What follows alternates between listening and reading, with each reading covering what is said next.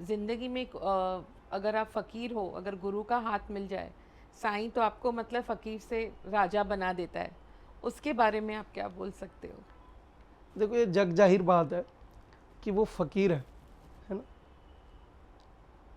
मगर उसके दर पे लोगों को बादशाह बनाया जाता है। वहाँ पे लोग बादशाह बनते हैं, इसमें कोई दो राय नहीं है, ये जग जाहिर बात है। बहुतों की तकदीरें रातों रात पलट जाती हैं। हाँ। तो ये उसकी नज़र है ना। मैं अपनी बात करूं, मैं बाहर किसी की क्यों करूं, बाबा ने मुझे कहाँ से कहाँ ले आया, तो ये मेरे लिए बहुत बड़ी बात है कि बाबा ने मेरी भी तकदीर पलटी है, और वो अपने हर भक्त के साथ अच्छा करता है।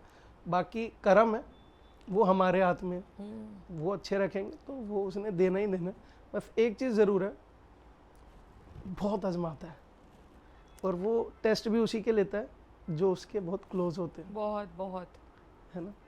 तो वो फ़कीर है, लेकिन उसको साई लीला बोलते हैं साई ना। लीला बोलते और वो जो साई लीला होती है, उसके थ्रू जब हम जाते हैं, वो जो टेस्ट है, उसमें से जो हम निखर के ऊपर आते हैं, जो वो तराशता है, जो हमें, जो उसमें से जो हम वो इंसान बनते हैं, वो तो फिर हैं। वो टेस्ट लेता ही इसलिए कि हमें सुधार से हमारी इनर सोल को और प्योर कर सके। प्योर कर सके।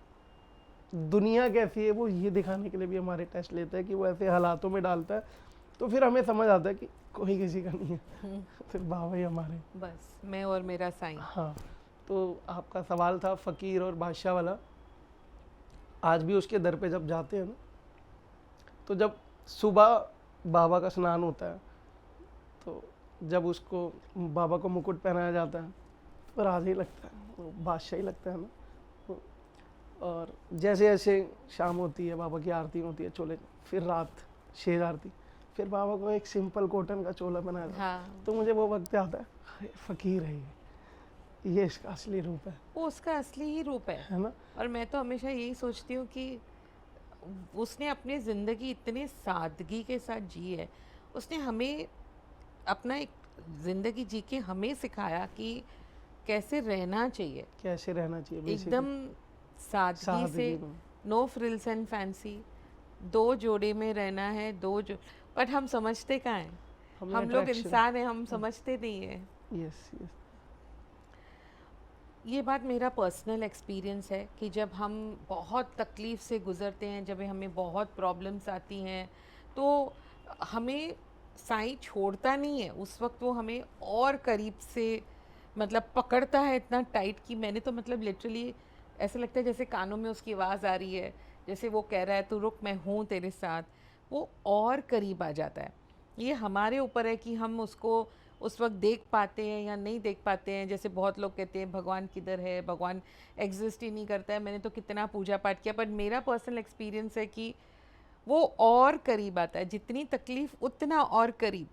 वो जाता कहीं नहीं है। हम कभी कभार उसके हाथ झड़क देते हैं कि क्यों इतनी तकलीफ़ दे रहे हो। जैसे आपने कहा कि टेस्ट है, साईं लीला है, या हमारा कर्म है जिसकी वजह से हम whatever we are going through. But आपका क्या एक्सपीरियंस रहा है? क्या बाबा आपने फील किया है उनको कि और करीब आते हैं?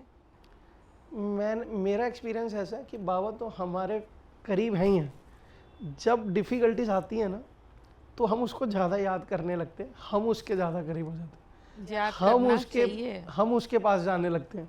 क्योंकि जब तक तकलीफ़ें नहीं आती तब तक हम उसके पास नहीं, हम दुनियादारी में व्यस्त होते हैं। तो वो तो तब भी हमारे पास ही होता है, बहुत करीब होता है। हमेशा।